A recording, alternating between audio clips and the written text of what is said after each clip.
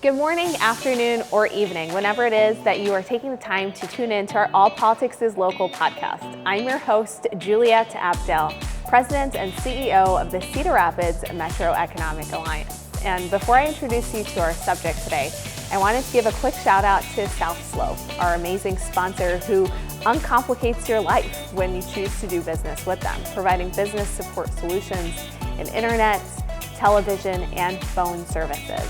Now today's guest is the Mayor of Marion, Mayor Nick AbouAssaly. So join us to hear a little bit more about himself, his journey into running into the office of mayor, and of course, what things are happening in the beautiful city of Marion.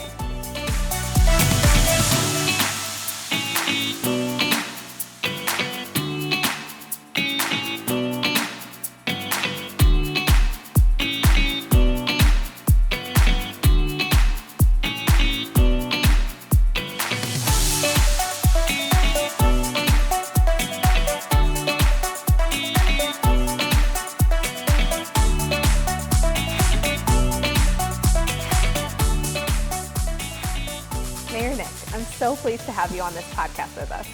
Thank you for having me.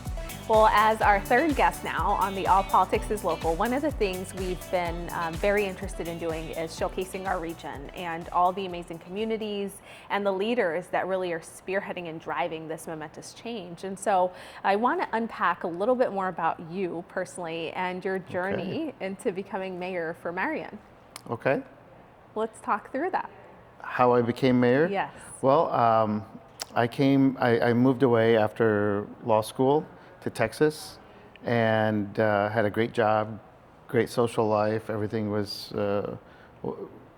wonderful for a young guy starting out in the working world. But something was missing, which was I didn't feel like I was making an impact. I lived in a big city, and I'm used to being a change agent, used to being involved and making impact in whatever way that I can. So, and I was far away from my family, and since we're immigrants, that something about that just didn't feel right, that I would be that far away from my parents and my family. There was a little bit of guilt involved in that. So I looked for opportunities to come back here, and I did. And I quickly became involved in the entire region, Cedar Rapids, Marion, Iowa City, on various boards, various organizations, and just really enjoyed it. And I lived in Marion, where I grew up. And so it just, being someone who can't stand on the sidelines and watch things that can be better, not get there, it was a constant frustration for me. To see decisions being made and having missed the mark over and over and over again, sort of underachieve the true potential of the city, and I saw great potential there. So I started getting more involved and forming a group of young professionals who would get together weekly for coffee and dream about what the city could do, dream about how far it could go, and finally, I had the opportunity to apply for an empty seat on the city council, someone who was moving away. And so I applied, and I got in the city council. I wasn't planning on running for mayor 2 years into it, but the opportunity came up because the then current mayor was not running again, and there were two other people running, and I thought that the city it was an opportunity for the city to move past sort of the small town, old guard type of leadership that we had, which was fine, but the city had sort of outgrown that kind of leadership, and I thought that we could do so much more. So that's what drove me to jump into the race sort of at the last minute. And it was quite a contentious race, but it was really a turning point for the city, I think. You know, Mayor, I always learn tidbits about you every time you talk. We've sat down before, we've gone to different meetings together, events, and I hear you talking from one place to the next. And each time I learn a small piece about you, which is always fun.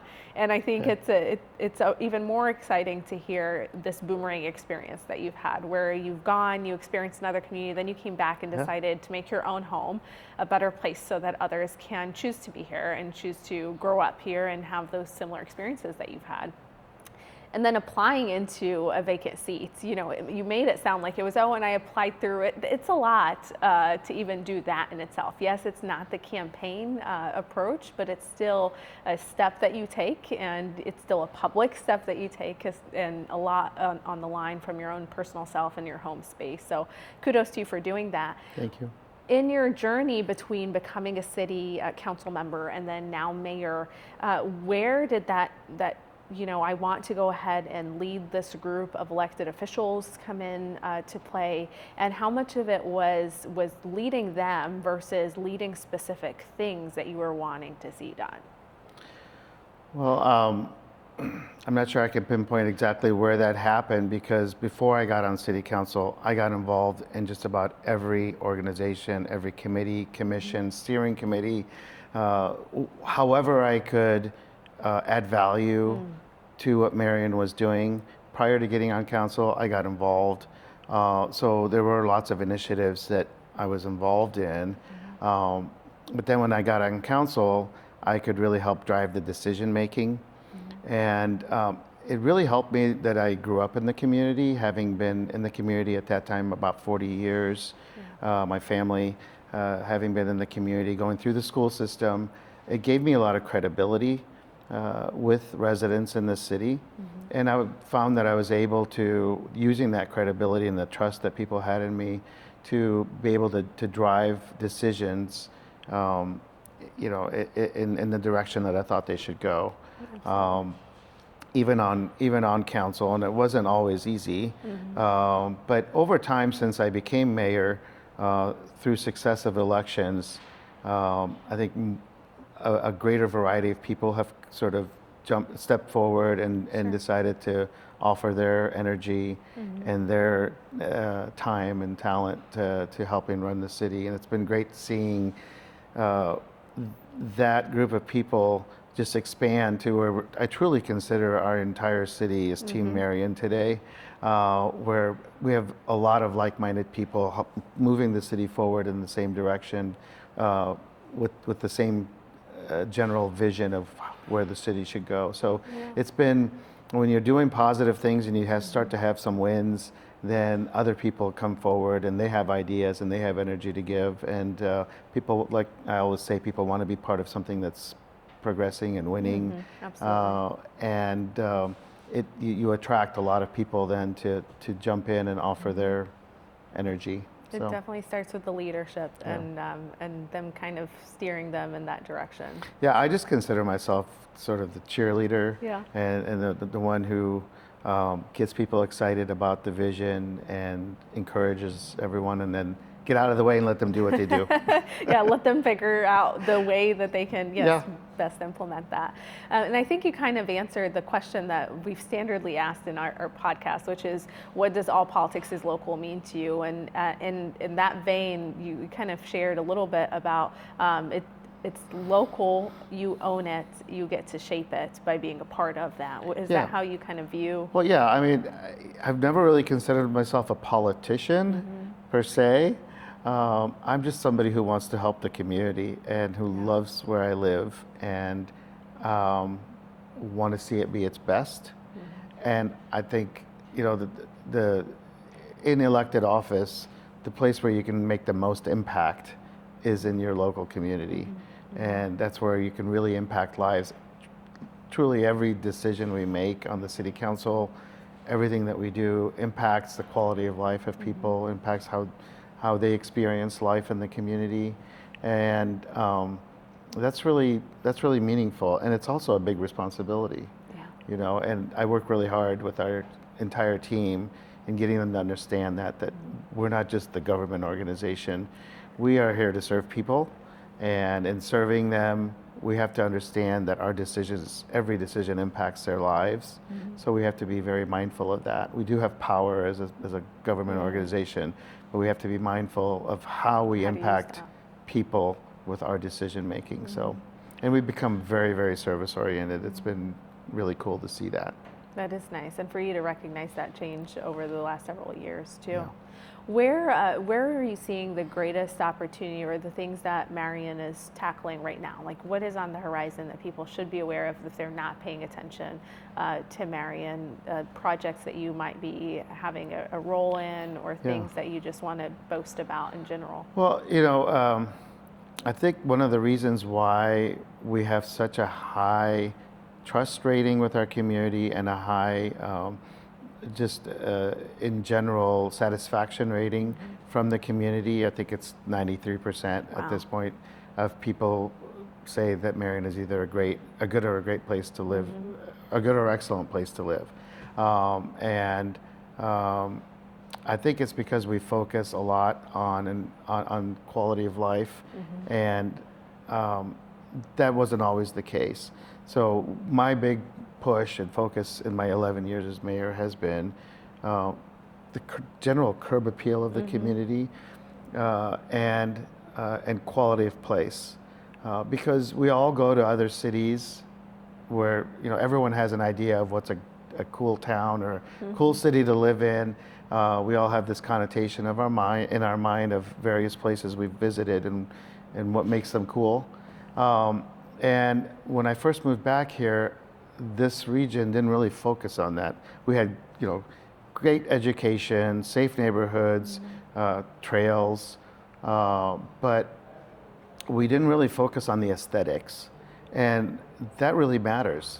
When people drive around, that they can feel good about a place they live in. They can see themselves enjoying themselves in a certain spot, And so we've really focused on that in Marion. And you can really see it over the last decade of the curb appeal of the community has really been elevated. And I think that makes a big difference. People drive around and they feel good about where they live. And then so that's placemaking. Right. And then giving them opportunities to experience community, have meaningful experiences, have fun. So we work a lot on quality of life in terms of amenities and things like that, give things to do in the community. So I think that's the big change in the past decade in Marion, and it's helped to flip the outlook of the entire community in terms of where they see the potential of the city. It used to be that people mostly slept there. I mean, a lot of people slept in Marion and did everything somewhere else in the region. Today, they're so proud of where they live, and they're doing everything in their own town as well as in the region. But they have things closer to home. Options, right? Yeah, and it's it's created options for the whole region, and I think we all have to realize that it's not mutually exclusive or a limited pie. Good things can happen in all the communities in this region, and we all benefit from it.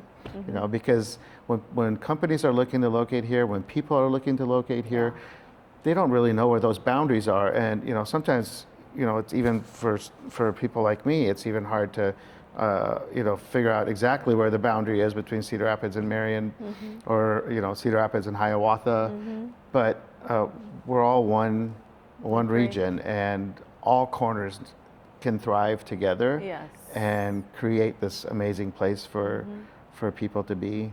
Yeah, I love that. We've been talking a lot about what you've been doing as someone who's in public service, but not a heck of a lot about you personally. So how much from the personal side can we share with people, if they haven't had a chance to meet you yet, about kind of your background or kind of what you do outside of being mayor? Because that is a full-time job in itself, but you also wear other hats and have other roles. Yeah, so I'm an immigrant. I moved here in 1975. I was 9 years old.